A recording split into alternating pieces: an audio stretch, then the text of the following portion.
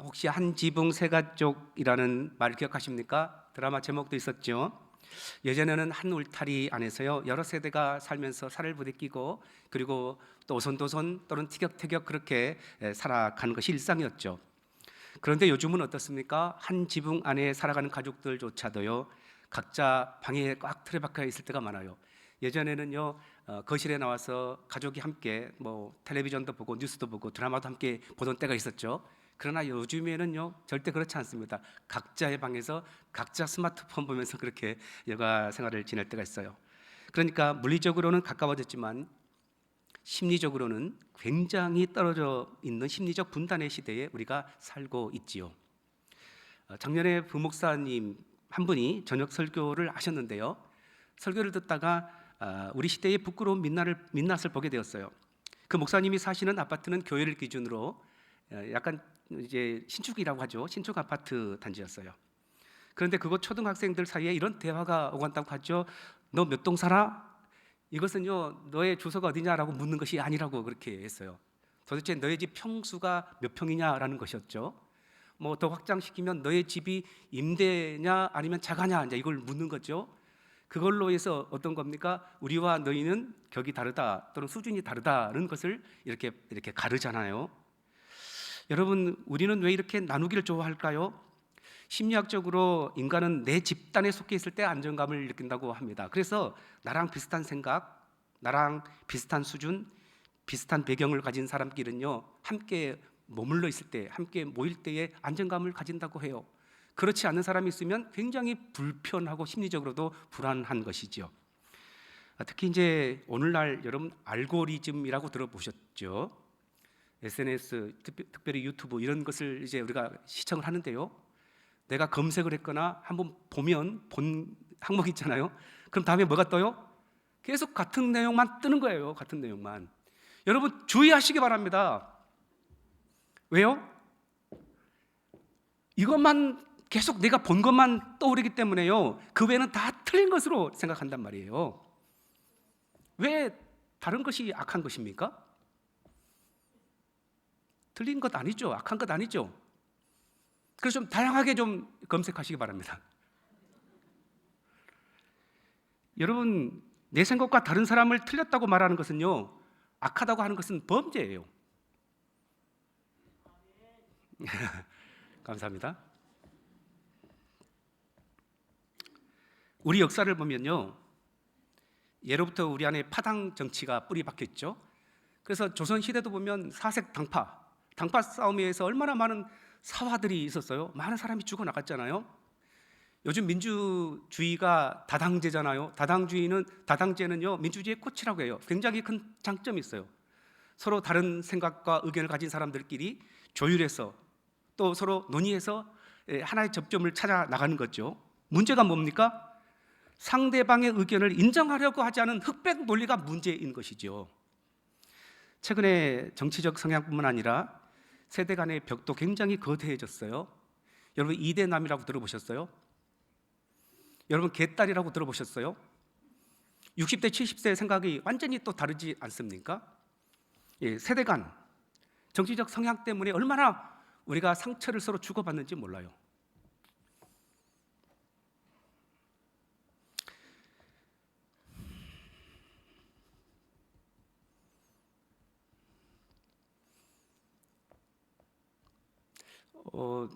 여러분 정치 성향이 다 다르죠?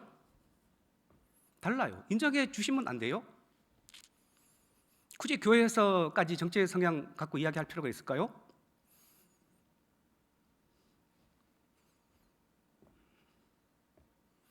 문제는요 이런 찢어지고 갈라진 대한민국의 이런 모습이 교회에서도 그대로 반복된다는 것이 문제예요.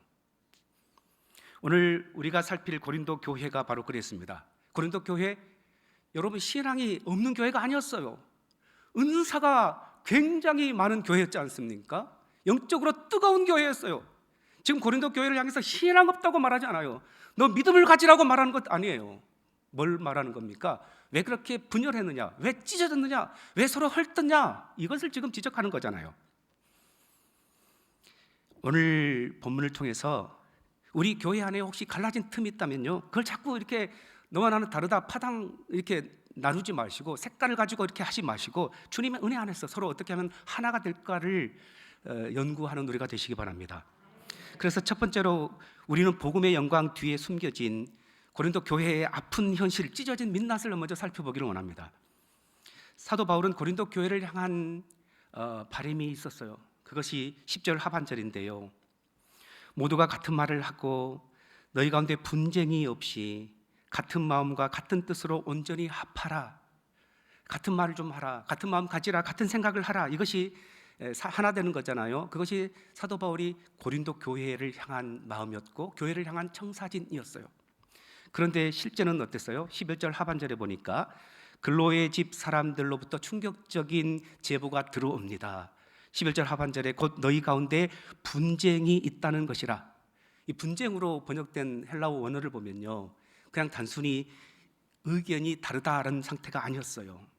옷감이 날카로운 칼날에 의해서 갈기갈기 찢어진 이 상태, 이것을 분쟁이라고 표현하고 있는 겁니다. 여러분, 예수님께서 십자가에 못 박히실 때 그 현장을 혹시 기억하십니까? 성경에 다 나와 있어요.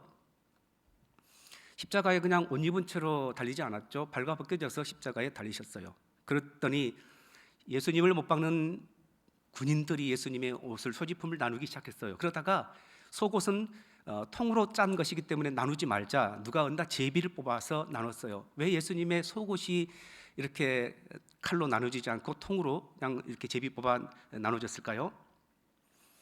주님의 옷이 찢어지지 않는 이유, 주님의 몸된 교회는 결코 나눌 수 없는 하나님의 예수 그리스도의 몸이다 하는 것을 상징적으로 보여준다고 믿습니다. 그런데 지금 고린도 교회는요, 교회라는 그리스도의 그 몸이, 옷이 이제 분열에 의해서 갈기갈기 찢어지고 있다는 것이죠. 12절에는 구체적인 분열을 보여주고 있어요. 뭡니까? 나는 바울파, 나는 아볼로파, 나는 게바파, 나는 그리스도파. 다들 명분이 있었어요. 바울파는요, 교회를 개척한 분이 누구냐? 바울이 고린도 교회 개척했거든요. 그러자 소위 원조를 따지는 기득권 세력이 있는 거죠. 우리는 개척 때부터 이 교회의 멤버들이다. 문제가 뭡니까? 새롭게 편입되는 사람들을 잘 포용하지 못해요. 배척할 때가 많다 말이죠. 아볼로파가 있었어요. 아볼로는 수사하게 뛰어난 사람이었어요. 굉장히 화려한 사람이었어요. 그런데 상대적으로 바울은 좀 말이 어눌했거든요. 그래서 말은 저렇게 세련돼야 해라고 지식을 추구하는 사람, 화려한 것을 좋아하는 사람들이 아볼로파였죠. 그런 사람들의 단점이 뭡니까? 그런 사람들은 좀 이렇게 좀 변변치 못한 것처럼 보이고 화려하지 못한 세력들을 끼워주지 않는 거죠. 그리고 게바파가 있었어요. 게바는 베드로잖아요. 예수님의 수제자잖아요. 그래도 예수님의 수제자가 최고야 그러면서 베드로를 중심으로 유대인이었고 율법을 중시하는 그런 사람들, 이런 사람들의 단점이 뭐예요? 변화에 민감하게 반응하지 못합니다. 마지막으로 그리스도파가 있었죠. 이 사람들이 가장 무서운 사람들이었어요. 우리는 사람 안 봐, 오직 예수뿐이야. 얼마나 좋은 말입니까? 하지만 이들은 지도자의 권위를 무시하고요, 자기들이 직접 직통 계시로 예수님께서 말씀해 주신다는 것만 따라 살아가는 사람들이니까 더 무서운 사람들이죠. 이 이름들 여러분, 아볼로, 바울, 게바, 얼마나 하나님 나라에 존귀한 이름들입니까? 그런데 문제가 뭐예요? 이 거룩한 이름들이 그리스도를 높이는 도구가 아니라 자기들의 세력을 과시하고 상대방을 찍어 내리려고 하는 것이 문제였던 것이죠. 실제로 한국 교회에서도 역사를 보면 아프고 부끄러운 역사가 있었는데요. 우리는 요즘에 교회당 들어올 때에 다 신발 신고 들어오잖아요. 예전에는 대부분 다 마루였어요. 신발을 벗고 들어와야 돼요. 신발 코가 이렇게 본당 쪽을 향할 것인가 밖을 향할 것인가, 이것 때문에 서로 싸우고 마침내 분열되는 역사가 있었어요. 이것이 구원과 무슨 상관이 있어요? 복음의 진리와 무슨 상관이 있어요? 그러나 자기들의 생각과 의견이 존중받지 못한다는 것 때문에 이것이 명분이 되어서 교회가 나눠졌던 사례가 있다는 것이죠. 여러분, 오늘 교회는 어떻습니까? 나는 교회 개척 때부터 이 자리 지켜온 사람이야. 바울파예요. 세련된 찬양과 지성적인 설교가 있는 곳이 진짜 교회지. 아볼로파예요. 교회는 모름지기 옛날처럼 뜨겁게 기도해야 돼. 게바파예요. 나는 누구의 말도 안 들어. 내가 기도해보니 기도한 것, 응답받은 것만 따라가겠다. 그리스도파예요. 우리는 입술로 주여 주여 하죠. 하지만 실제로 내가 선호하는 목회자의 스타일이 있는 거죠. 사역하는 방법이 있는 거죠. 이것 맞지 않으면 비판하는 것, 이것이 교회를 찢기고 분열시키는 것이에요. 서로 다른 깃발을 흔들며 내가 옳다 외치는 것, 여러분 이것이 바로 고린도 교회의 모습이었어요. 그럴 때에 교회는 흩어지게 되고 분열되는 것이죠. 사도 바울은 이 처참한 찢어진 공동체의 모습을 보면서 이렇게 한탄하며 묻습니다. 과연 너희를 위해서 죽은 자가 누구냐? 너희를 위해서 십자가에서 피 흘린 자가 누구더냐? 여러분, 이제 우리는 사람의 이름이 아니라 우리를 묶어줄 유일한 소망, 십자가 앞으로 나가는 우리가 되시기 바랍니다. 그래서 두 번째, 십자가만이 유일한 답이다는 것이에요. 분열된 교회의 민낯을 마주한 바울의 마음이 어땠을까요? 마음이 아팠겠죠. 그래서 너희가 그냥 친하게 지내야 된다, 이것을 말하는 것이 아니에요. 13절을 향해서 절박한 마음을 이렇게 외칩니다. 그리스도께서 어찌 나뉘었느냐? 바울이 너희를 위하여 십자가에 못 박혔으며 바울의 이름으로 너희가 세례를 받았느냐? 매우 직설적인 질문이죠. 너희가 그렇게 추정하는 바울이 정말 너희를 위해서 피 흘려 죽었느냐? 너희가 누구의 이름으로 세례받았어? 바울의 이름으로 세례받은 사람 손 들어봐. 여러분, 바울의 이름으로 세례받은 분 계세요? 아니죠. 이 질문의 핵심은 이겁니다. 우리를 구원하는 것은요, 탁월한 사람이 아니에요. 탁월한 누구의 가르침도 아니고 어떤 정치적인 가르침이나 메시지가 아니란 거예요. 오직 우리를 구원하신 예수 그리스도, 십자가, 이것만 중요하다는 것입니다. 사람은 결코 우리의 신앙의 근거가 될 수 없어요. 아무리 훌륭한 목회자랄지라도, 아무리 존경스러운 영적 지도자, 스승이랄지라도요, 그들은 우리를 위해서 죽어줄 수 없어요. 오직 하나님은 예수 그리스도의 십자가만 보십니다. 그 십자가 붙들고 있는가? 십자가에서 죽으시고 부활하신 예수 그리스도의 복음이 있는가? 이 복음 붙드는 자가 구원받는 것 아니겠습니까? 사도 바울은요, 자신의 이름이 고린도에서 한 분파로 깃발로 높여지는 것에 대해서 위기의식을 가지고 있었어요. 이어지는 14절부터 16절까지 바울은 조금 독특한 고백을 하는데요, 고린도 교회에서 내가 누구에게 세례를 주었는가를 한번 생각해 보세요. 그러자 그리스도와 가이오 외에 세례를 준 적이 없다는 것이 얼마나 감사한지 몰라요. 여러분, 일반적으로 목회자들은요, 내가 세례 몇만 명에게 세례 주었다, 내가 결혼주례 몇 쌍에게 했다, 그리고 내가 유명한 집회에 몇 번 불려가서 말씀을 전했다, 이것이 어쩌면 자기의 명함처럼 또는 자기의 그 자랑할 만한 이런 경력인지도 몰라요. 하지만 사도 바울은요, 정반대입니다. 자신의 손을 거쳐 세례받은 사람이 적다는 것 때문에 안도합니다. 왜일까요? 자신의 이름으로 바울파라는 훈장이 생기는 것이 너무너무 위기였고 부담스러웠기 때문입니다. 위대한 조각가 미켈란젤로 여러분 들어보셨죠? 그가 24세에 피에타 상을 조각했어요. 여러분 보신 적이 있을 거예요. 십자가에서 죽으시고 이제 내려진 예수님의 시신을 그의 육신의 어머니 마리아가 안고 슬퍼하는 것, 이것이 이제 그 조각이 피에타 상인데요. 이 대리석으로 너무너무 멋지고 위대한 작품을 만들었는데 당시에 사람들이 이건 누가 만들었지? 누가 조각했지? 사람들이 잘 몰랐어요. 당시에 유명한 조각가 이름 대면서 이 사람이 만들었을 거야 라는 소문이 파다하게 돌기 시작했어요. 미켈란젤로가 기분이 별로 나쁘잖아요. 자기가 조각했는데. 그래서 밤에 몰래 가서 마리아 상 가슴섭에다가 거기다가 가슴띠에 자신의 이름을 딱 새겨 놓았어요. 미켈란젤로. 그러고 나서 기분이 좋았을까요? 후회가 되기 시작했어요. 하나님은 이 거대한 세상을 만드시고 그 어디에도 당신의 이름을 서명하지 않았는데 내가 이 조그만 돌덩어리 대리석 하나에다가 조각상에다가 내 작품이라고 내 이름을 새겨 넣었구나. 그 후로 미켈란젤로는 어떤 작품에도 자신의 이름을 새기지 않았다고 합니다. 바울이 세례 준 것을 자랑하지 않고 오히려 세례 주지 않는 것을 감사했던 이유가 바로 여기 있어요. 내 사역의 열매에 내 이름을 적어 넣는 순간에 사람들은 복음에 집중하지 않고 나에게 집중할 것을 두려워했기 때문입니다. 여러분, 나는 사라지고 예수가 나타나야 한다는 것, 이것이 바로 철저한 자기 부인이고 십자가의 영성이죠. 오늘 우리에게 이런 모습이 있기를 바랍니다. 내가 수고했는데요, 내가 헌신하고 희생했는데 내 이름이 빠졌어요. 이것 때문에 얼마나 섭섭해하고 이것 때문에 얼마나 힘들어하는 사람이 많은지 몰라요. 내가 분명히 가르쳤고 내가 분명히 제시해 줬어요. 그런데 내 이름은 드러나지 않아요. 그것 때문에 또 얼마나 힘들어하는 사람이 많은지 몰라요. 그러나 여러분, 이것을 주장하기 시작할 때 분열의 시작점이 바로 여기에서 나올 줄 압니다. 사도 바울은 말했죠. 나는 기억되지 않아도 좋다. 오직 예수 그리스도와 복음만, 십자가만 드러나기를 원한다. 바울은 17절에서 결정적인 선언을 합니다. 우리 17절 말씀을 한번 같이 읽어볼까요? 17절. 그리스도께서 나를 보내심은 세례를 베풀게 하려 하심이 아니요 오직 복음을 전하게 하려 하심이로되 말의 지혜로 하지 아니함은 그리스도의 십자가가 헛되지 않게 하려 함이라. 아멘. 당시 고린도는 수사학과 철학이 굉장히 중시되는 그런 도시였어요. 그래서 사람들이 훌륭한 가르침, 훌륭한 설교 말씀 듣기 위해서 그것을 최고로 여겼죠. 그런데 사도 바울은 세련된 말의 지혜를 거부합니다. 왜냐하면 화려한 웅변과 지혜가 앞서 나가면 사람들이 뭘만 기억해요? 그 화려한 언변과 기술만 기억하고 복음의 내용은 잃어버렸기 때문에 그렇습니다. 여러분, 우리가 사람의 인격에 반해서 혹은 목회자의 말솜씨에 반해서 교회에 나오고 있다면 그것은 위험한 일이에요. 사람은 파고들면 들수록, 가까이 하면 할수록 우리 가운데에 실망감만 더해줄 뿐이에요.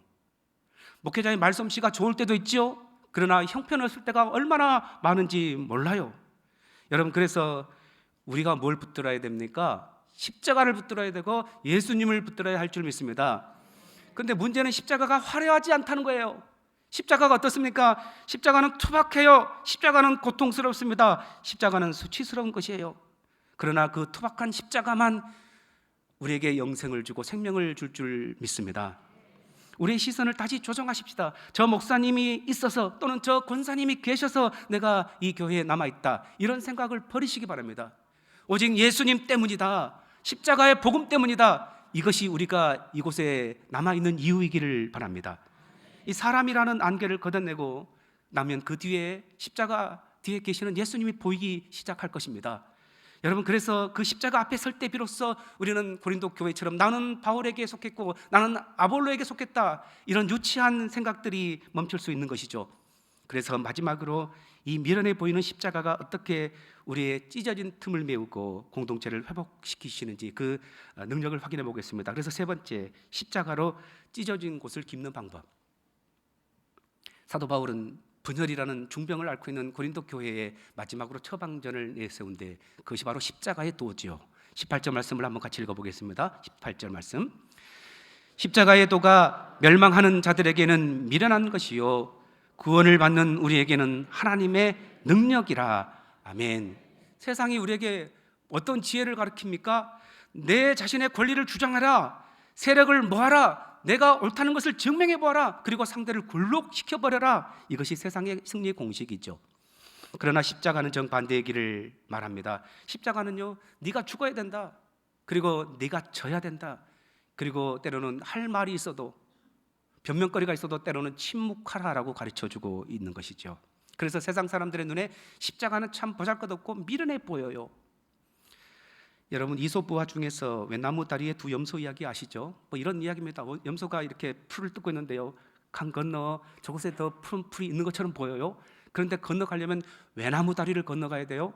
그래서 마음먹고 긴 외나무 다리로 들어섰는데요, 가다 보니까 중간에서 뭘 만났습니까? 자기가 똑같이 생긴 고집센 염소를 만났어요. 외나무 다리거든요. 누군가가 피해야 돼요. 비켜라. 안 비켜. 네가 비켜. 그래서 어떻게 했어요? 서로 뿔로 박았죠. 서로 둘 다 물에 풍덩하고 떨어졌어요. 이솝우화의 결말이 이렇습니다. 아이코, 이럴 줄 알았으면 내가 먼저 양보할 걸. 이렇게 끝나요. 여러분, 어떻게 양보할 수 있을까요? 여러분 생각해 보세요. 외나무 다리니까 두루 물러서다가는 떨어질 수도 있거든요. 자존심도 상하잖아요. 근데도 불구하고 둘 다 살기 위해서는 누군가랑 양보를 해야 되잖아요. 그래서 염소 한 마리가 스스로 다리 위에 납작하게 몸을 엎드립니다. 그리고 머리를 숙이면 돼요. 그러면 다른 염소가 그의 등을 밟고 지나간 다음에 엎드렸던 염소가 일어나서 건너가면 둘 다 살아요. 결국 누군가 죽어주어야, 누군가가 엎드려야 둘 다 사는 법이죠. 십자가는 바로 하나님의 아들이 우리 앞에서 납작 엎드린 것입니다. 그래서 우리가 그 등을 밟고 가서 하나님의 백성이 되고 용서함을 받은 사건, 이것이 바로 십자가 사건이죠. 여러분, 내가 먼저 엎드려 형제가 나를 밟고 지나가게 한 것, 그것이 바로 찢겨진 우리 관계를 엮고 깁는 십자가의 능력인 줄 믿습니다. 그런데 우리가 왜 자꾸 부딪힐까요? 우리가 왜 자꾸 나눠질까요? 네가 먼저 엎드려라 라고 주장하기 때문입니다. 하지만 십자가 앞에 서면요, 누가 옳고 그름이 없어요.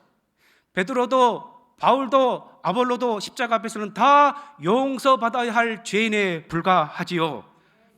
주님의 은혜 앞에 용서받지 못할 죄인이 없고요, 또 자기 의가 있다고 주장할 사람도 아무도 없어요. 여러분, 십자가 모양을 한번 생각해 보세요. 십자가는 반드시 세로축과 가로축이 있을 때 십자가가 되는 거잖아요. 세로축이 뭡니까? 하나님과 나의 관계예요.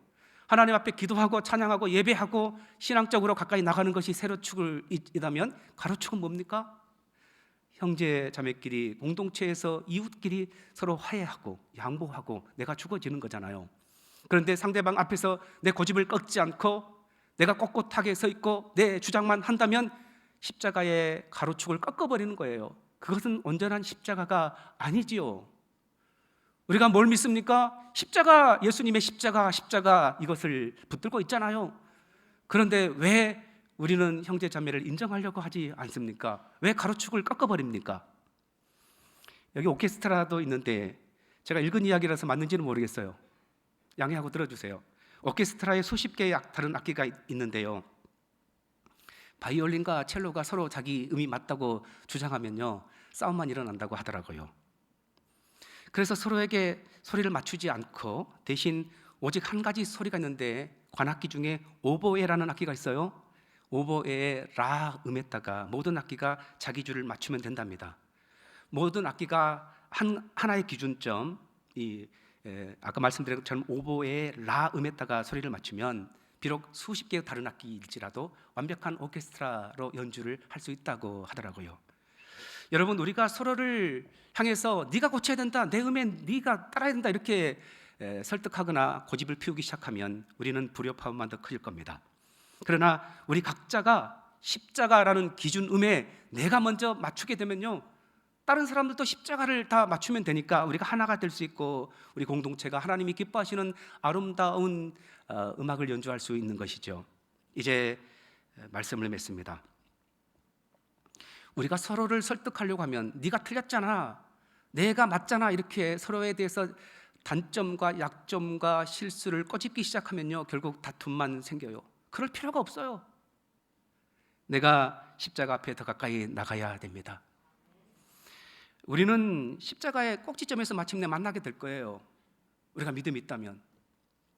그래서 결코 우리 공동체 안에서 고린도 교회처럼 나는 바울파다, 나는 아볼로파다, 나는 게바파다, 그리스도파다 이렇게 할 필요가 없어요. 오직 십자가의 도, 세상 사람들이 어리석어 보이고 또 미련하게 취급하지만 그럼에도 불구하고 예수님이 나를 위해서 납작 엎드려 주셨던 것처럼 십자가의 도를 따라가면 되는 것이죠. 오늘 우리는 분열의 아픔으로 신음하던 고린도 교회를 통해서 우리의 저하성을 발견하게 되었어요. 인정하고 싶지 않을지 모르지만 우리에게도 이런 분열과 찢어짐이 있다는 것이죠. 그럴 때 계속해서 내 스타일을, 내 고집, 내 주장만 주장하면요, 교회는 계속해서 찢어지고 분열될 겁니다. 그러나 내 생각이 있지만 십자가는 내가 지는 것이고 내가 낮아지는 것이고 때로는 내가 침묵하는 것이기 때문에 그냥 주님만 바라보고 나가면 우리의 찢어진 곳을 깁는 자로 내가 역할을 감당하게 될 줄을 믿습니다. 여러분, 그래서 내가 마음속에 그어놓는 금 있잖아요, 선, 기준점, 이것을 좀 제거하시기 바랍니다. 이걸 잣대를 대기 시작하면 한정 없어요. 여러분, 내가 끝까지 포기하지 못하는 나만의 지혜가 있을 줄 알아요. 그것도 좀 포기해야 돼요. 왜요? 그리스도의 사랑은 내 지혜보다 훨씬 더 뛰어나니까. 그리고 먼저 손을 내밀 용기가 우리 가운데 있어야 되죠. 십자가는 하나님의 아들이, 하나님이 우리 죄인에게 먼저 손을 내민 거잖아요. 우리가 나와 성향이 다르고 성격이 다르고 취향이 다른 사람에게 손을 내밀 때에 교회는 하나가 될 줄 믿습니다. 이제 여러분의 가정에서, 일터에서, 우리 공동체에서 하나님은 우리를 찢어진 곳을 깁는 자로, 십자가 기준점을 가지고 내가 낮아지고 손을 먼저 내미는 자로 부르셨음을 믿으시기 바랍니다. 그래서 내가 가는 곳에 분열과 내가 가는 곳에 자꾸 다툼과 갈등이 있는 것이 아니고 벌어졌던 틈을 기우는 자로, 그리고 하나 되게 하는 자로, 사도 바울의 권면처럼 십자가의 도에 따라서 예수님을 증거하는 자로 쓰임받는 우리 모두가 되시기 바랍니다. 기도하겠습니다. 살아계신 아버지 하나님, 이 시대가 찢어져 가고 있고 분열되어 가고 있습니다. 그럼에도 불구하고 교회는 이런 다른 성향을 고집하거나 주장하거나 이것을 끄집어내서 갈등을 조장시키기보다도 내가 먼저 십자가의 방법을 따르고 십자가의 기준점을 가지고 주께 나간다면 우리 모두는 그렇게 십자가의 꼭지점 안에서 서로 만나 하나 되게 될 줄 믿습니다. 하나님, 분열된 우리나라와 교회를 불쌍히 여겨주셔서 하나 되게 도와주시고 우리의 성향, 주장, 또 우리가 내세운 기준점들은 사라지고 오직 예수님과 복음만, 십자가와 부활만 드러나게 하여 주시옵소서. 예수님 이름으로 기도하옵나이다. 아멘.